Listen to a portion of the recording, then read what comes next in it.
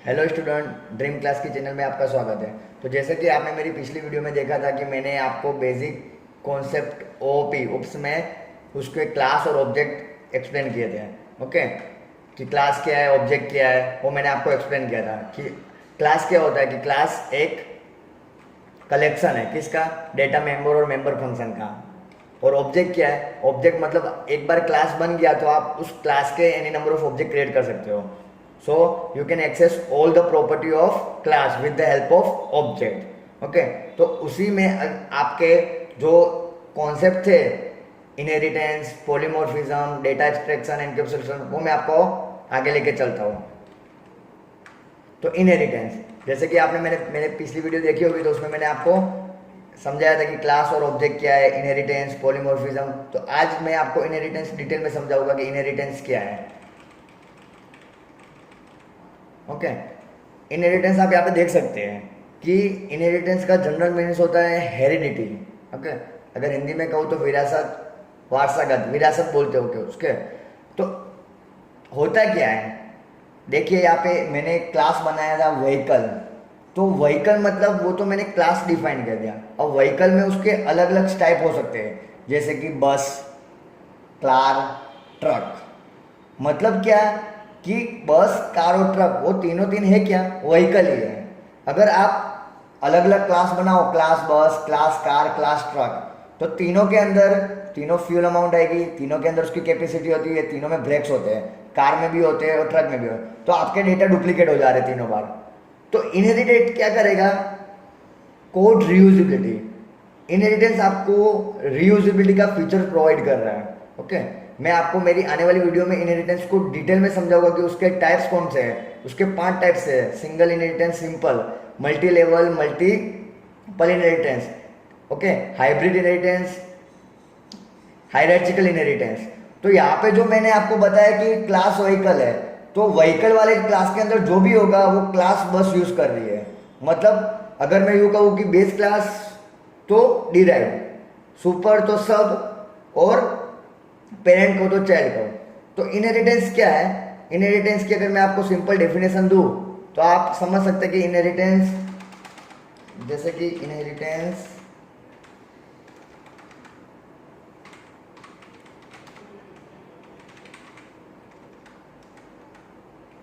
create the new class based on existing class। या फिर आप ऐसा भी बोल सकते हो, inheritance is a process of, क्या है, एक प्रोसेस है ये। इनहेरिटेंस क्या है, एक प्रोसेस है, process of create the new class based on existing class. Okay, जैसे कि मैंने आपको बताया कि यहाँ पे क्लास व्हीकल है,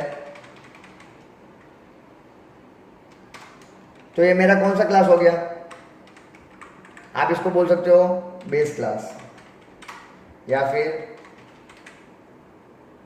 सुपर क्लास, या फिर पेरेंट क्लास। अभी ये मेरा एक क्लास है। कि अभी इनहेरिटेंस की डेफिनेशन देखिए कि process of the creating the new class based on existing class. मतलब ये मेरा एग्जिस्टिंग क्लास है, उसके ऊपर से मुझे नया क्लास बनाना है। तो नया क्लास मतलब हमारे एग्जांपल में था क्लास बस, तो यहाँ पे 2 क्लास आए। अब इसी क्लास के बेस पे मुझे ये नया वाला क्लास मैंने क्रिएट किया है। तो अभी ये इनहेरिटेंस अभी तक क्रिएट हुआ नहीं है। अगर आपको इनहेरिट करना हो तो यहाँ पे कोलन, फिर पब्लिक, जो भी मॉडिफायर है, प्राइवेट, पब्लिक या फिर प्रोटेक्टेड आप यूज कर सकते हो। उसके बाद आपके बेस वाले क्लास का नेम लिख देना है। इसका मतलब क्या होगा कि इसके अंदर जो भी प्रॉपर्टीज होगी, जैसे कि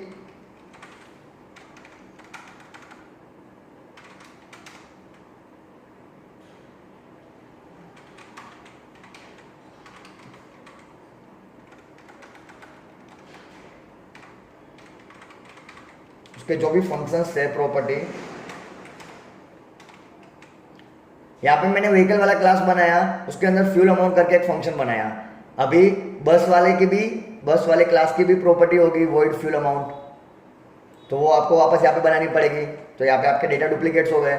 तो उसका मतलब क्या हो रहा है, यहाँ पे हमने इनहेरिटेंस कर लिया पब्लिक कीवर्ड्स, और यहाँ पे बेस क्लास का नेम मैंने यहाँ पे लिखा, मतलब आपका जो सुपर क्लास है उसको करने से क्या होगा, इसकी जितनी भी प्रॉपर्टी होगी, उसकी जो भी प्रॉपर्टी होगी वो डिराइव्ड क्लास के अंदर एक्टिवेट हो जाएगी। मतलब ये सेम एज इट इज यहाँ पे कॉपी हो जाएगा इनविजिबल मोड में।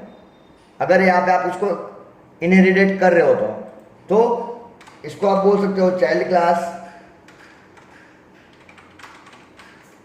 या फिर सब क्लास, या फिर डिराइव्ड क्लास। अगर मैं यूज कर रहा हूं बेस क्लास तो बेस का आएगा डिराइव्ड क्लास।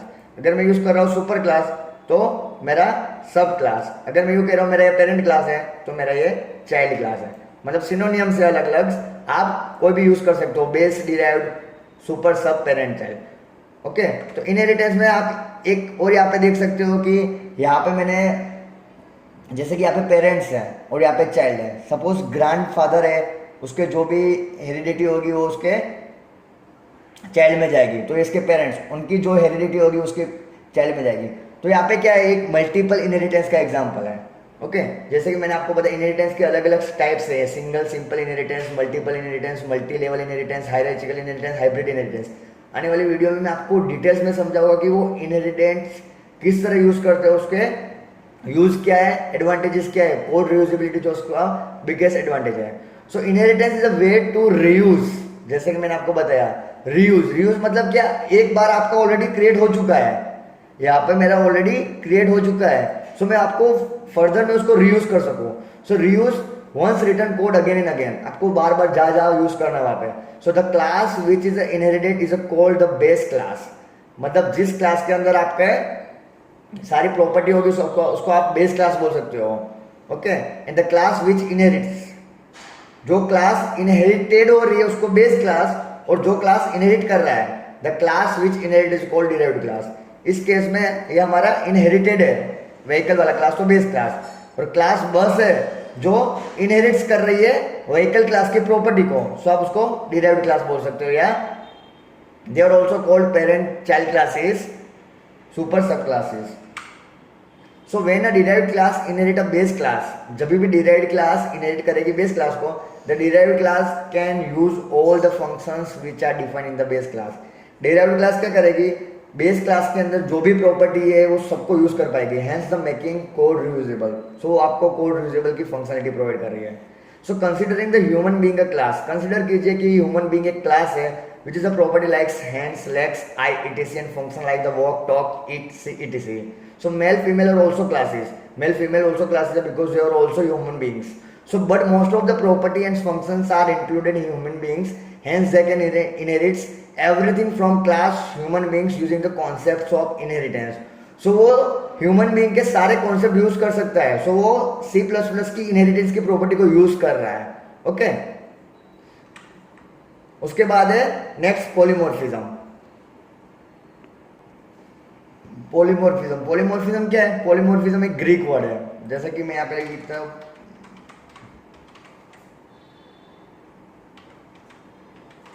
पॉलीमॉर्फिज्म एक ग्रीक वर्ड है। ओके, उसका मतलब क्या होता है, पॉलीमॉर्फिज्म मीन्स मैनी फॉर्म। किस तरह होगा, पॉली मतलब many plus morphism means form. So many forms, many forms मतलब क्या कि एक फंक्शंस को आप मल्टीपल टाइम्स अलग अलग तरीके से डिफाइन कर सकते हो। जैसे कि मैं यूट्यूबर हूँ, उसके साथ एक ट्यूटर हूँ, एक वेब डेवलपर हूँ। सो मैं एक्चुअली हूँ तो वन पर्सन ना, सो मैं मल्टीपल एक्टिविटीज परफॉर्म कर रहा हूँ। तो पॉलीमॉर्फिज्म मतलब एट दैट टाइम आप एक से ज़्यादा मल्टीपल एक्टिविटी परफॉर्म कर सकते हो, मोर देन वन फॉर्म। ओके, यहाँ पे देख सकते हैं कि एक स्टूडेंट या चाइल्ड, जो भी बच्चा है, वो क्या कर रहा है, in a shopping malls behave like customer. अगर वो शॉपिंग मॉल में जा रहा है घूमने तो वो एज अ कस्टमर बिहेव करेगा। शॉपिंग मॉल वाले उसको ट्रीट कैसे करेंगे? As a customer. अगर वो बस, ट्रेन या फिर कहीं पे भी जा रहा है, he likes a passengers. Okay, अगर वो स्कूल्स कॉलेज में जा रहा है तो ही लाइक स्टूडेंट्स। अगर वो घर पे है तो उसके लिए उसके पेरेंट्स के लिए वो सन हुआ। ओके, सो यहाँ पे जो ये बच्चा है एक्चुअली है तो सिंगल ही ना, एक ही है ना। So he can perform many different activities here. तो आप जैसे कि वो अगर शॉपिंग में जा रहा है तो कस्टमर हुआ, बस या रेल में जा रहा है तो पैसेंजर हुआ, स्कूल में कॉलेज में जा रहा है तो स्टूडेंट हुआ, अगर घर पे तो सन हो। So polymorphism like a more than one form. So when the one task is a perform by different way, एक टास्क डिफरेंट अलग अलग वे से परफॉर्म हो सकती हो तो उसको आप पॉलीमॉर्फिज्म कहोगे। For example, to convince the customer differently, to drawing something, example shape और रेक्टेंगल इट। ओके, अगर कस्टमर आपकी एक शॉप हो, अगर आप उस पर कस्टमर को कन्विंस करना चाह रहे हो तो आप डिफरेंट अलग अलग वे से शेप, रेक्टेंगल को ड्रॉ करके उसको कन्विंस कर सकते हो। Okay, in C++ we use the function overloading and function overriding to achieve the polymorphism. Okay, C++ में फंक्शन ओवरलोडिंग और फंक्शन ओवरराइडिंग दो वे है जो पॉलीमॉर्फिज्म को अचीव कर रहा है। तो जैसे कि पॉलीमॉर्फिज्म C++ में कंपाइल टाइम पॉलीमॉर्फिज्म और रन टाइम पॉलीमॉर्फिज्म दो टाइप सपोर्ट करता है। कंपाइल टाइम पॉलीमॉर्फिज्म क्या है? मतलब मेथड ओवरलोडिंग है, फंक्शन ओवरलोडिंग है और ऑपरेटर ओवरलोडिंग है। और रन टाइम पॉलीमॉर्फिज्म मतलब वर्चुअल फंक्शंस हैं। आने वाली वीडियो में मैं इसके इंडिविजुअल टॉपिक्स बना के आपको सिखाऊंगा। ओके, तो आने वाली वीडियो में मैं आपको इसके डिटेल्स में कॉन्सेप्ट सिखाऊंगा कि क्या है। अगर आप कंप्यूटर साइंस के स्टूडेंट हो, BCA, MCA, computer IT, diploma engineering, तो एग्जाम्स में बहुत सारे क्वेश्चन इस तरह पूछते हैं, how to achieve compile time polymorphism in C++ और how to achieve run time polymorphism in C++। Okay, so यहाँ पे पॉलीमॉर्फिज्म में मैंने आपको ये समझाया था कि वही एक जो छोटा बच्चा है, चाइल्ड है, उसके अलग अलग बिहेवियर से like a customer, passenger, student और son. So it's a feature which lets create function with the same name but different argument which will perform different actions. अभी यहाँ पे बता रहा है कि एक फंक्शन है वो डिफरेंट आर्ग्यूमेंट प्रोवाइड कर रहा है। जैसे कि यहाँ पे क्लास है, मैं यहाँ पे डेमो नाम का क्लास बना देता हूँ, उसके अंदर अलग अलग ऑपरेशन परफॉर्म करने के लिए। जैसे कि मैंने यहाँ पे वॉइड सम एक फंक्शन बनाया, फिर यहाँ पे दूसरा एक फंक्शन बना रहा हूँ वॉइड सम, यहाँ पे एक और फंक्शन बना रहा हूँ वॉइड सम। तो यहाँ पे आप देख सकते हैं कि क्लास डेमो है, उसके अंदर 3 सेम फंक्शन है। तो फंक्शन ओवरलोडिंग अगर आप ये समझ रहे हैं तो फंक्शन ओवरलोडिंग क्या है? Function overloading is one type of compile time polymorphism. तो यहाँ पे मैं क्या लिखूंगा कि function have same name but different types of parameter. Function have same name but the different types of parameter. यहाँ पे आप देख सकते हैं कि डेमो वाले क्लास में फंक्शन के नेम सेम है, यहाँ पे भी सम है, यहाँ पे भी सम है, यहाँ पे भी सेम है, बट पैरामीटर अलग है, डिफरेंट टाइप्स ऑफ पैरामीटर। और पैरामीटर का बेसिस क्या होगा? बेसिस ऑन पैरामीटर, मतलब जो पैरामीटर पास करने हैं उसके दो बेसिस है। पहला क्या है कि नंबर ऑफ पैरामीटर,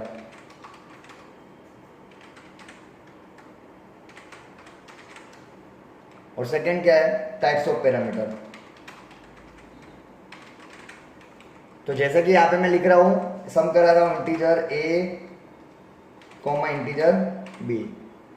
ओके, यहाँ पे मैं सम करा रहा हूं, पैरामीटर मैंने पास कर दिया, फंक्शन के पैरेंथेसिस राउंड ब्रैकेट ओपन और close, parenthesis round bracket open और क्लोज के अंदर आप जो भी पास कर रहे हो आपके पैरामीटर है। ओके, फंक्शन के अंदर तो यहाँ पे 2 पैरामीटर है, यहाँ पे 3।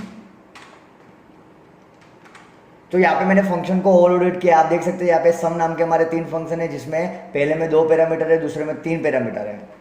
Okay, 2, 3, 4 number of parameter. अगर आप यहाँ पे 2 ही पैरामीटर रखना चाहते हो, जैसे कि नीचे वाला हमारे पास एक और फंक्शन है उसमें मैं 2 ही पैरामीटर रखना चाहता हूँ, तो आप उसकी टाइप चेंज कर दीजिए, जैसे कि इंटीजर a फ्लोट b, या फिर float a integer b, different types के फंक्शन आप बना सकते हो। यहाँ पे मैं लिख देता हूँ फ्लोट ए, या फिर फ्लोट ए फ्लोट बी। मतलब क्या, उसकी कैटेगरीज अलग अलग होनी चाहिए। दो बार इंटीजर ए इंटीजर बी आ गया तो वापस इंटीजर इंटीजर वाले दो वेरिएबल्स नहीं आएंगे, एक्स वाई। भले आप वेरिएबल के नाम अलग लिख रहे हैं लेकिन उसकी डेटा टाइप सेम नहीं होनी चाहिए। तो यहाँ पे फंक्शन ओवरलोडिंग क्या है कि नंबर ऑफ पैरामीटर और टाइप्स ऑफ पैरामीटर। फंक्शन है वो सेम नेम, देख सकते हैं यहाँ पे फंक्शन के नेम सम सम सम चारों में सेम नेम है, but different types of parameter. यहाँ पे 2 पैरामीटर है, यहाँ पे 3 पैरामीटर है, तो तीसरे में 4 है। अगर मैं यहाँ पे इंटीजर बी लिख रहा हूँ तो ये वैलिड नहीं है, क्योंकि इसमें भी 2 पैरामीटर है, इसमें भी 2 पैरामीटर है। Number of parameter is same but type is also same. तो यहाँ पे आपको नंबर ऑफ पैरामीटर चेंज करने पड़ेगी या फिर उसकी टाइप चेंज करनी पड़ेगी। यहाँ पे देखिए नंबर ऑफ पैरामीटर 2 सेम है लेकिन उसकी डेटा टाइप चेंज है। तो ये पॉलीमॉर्फिज्म है कि function with the same name but a different argument which will perform different actions. This means that the function with same name but the function in a different way, or it also allow to redefine a function to provide with a completely new definition. You will learn how to do this details soon in coming lessons. Okay, मैं आपको आने वाले video में detail में दिखाऊंगा। तो हमारे basics concepts उप्स के ये थे, और भी डेटा एक्सट्रैक्शन एनकैप्सुलेशन से वो मैं आपको आने वाली वीडियो में समझाऊंगा। अगर मेरी वीडियो पसंद आई है तो वीडियो को लाइक कीजिए, शेयर कीजिए और सब्सक्राइब करना ना भूलें, और बाजू में बेल आइकॉन से वहाँ पे क्लिक करना ना भूलिए ताकि मेरी आने वाली वीडियो की लिंक नोटिफिकेशन आपको मिलती रहे। धन्यवाद।